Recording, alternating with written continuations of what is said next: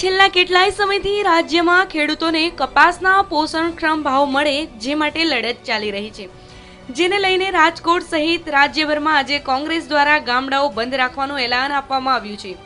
આ ઉપરાંત ખેડૂત લડત સમિતિના રાજકોટના અગ્રણી શિવલાલ વેકરિયા દ્વારા આવતીકાલે ગાંધીનગર ખાતે યોજાનારા વાયબ્રન્ટ સમિટ કાર્યક્રમમાં આંદોલન કરવાની ચીમકી અપાઈ છે, જેના કારણે વાયબ્રન્ટ કાર્યક્રમના એક દિવસ પૂર્વે જ રાજકોટ ક્રાઇમ બ્રાન્ચ દ્વારા શિવલાલ વેકરિયાની ધરપકડ કરી લેવાઈ છે।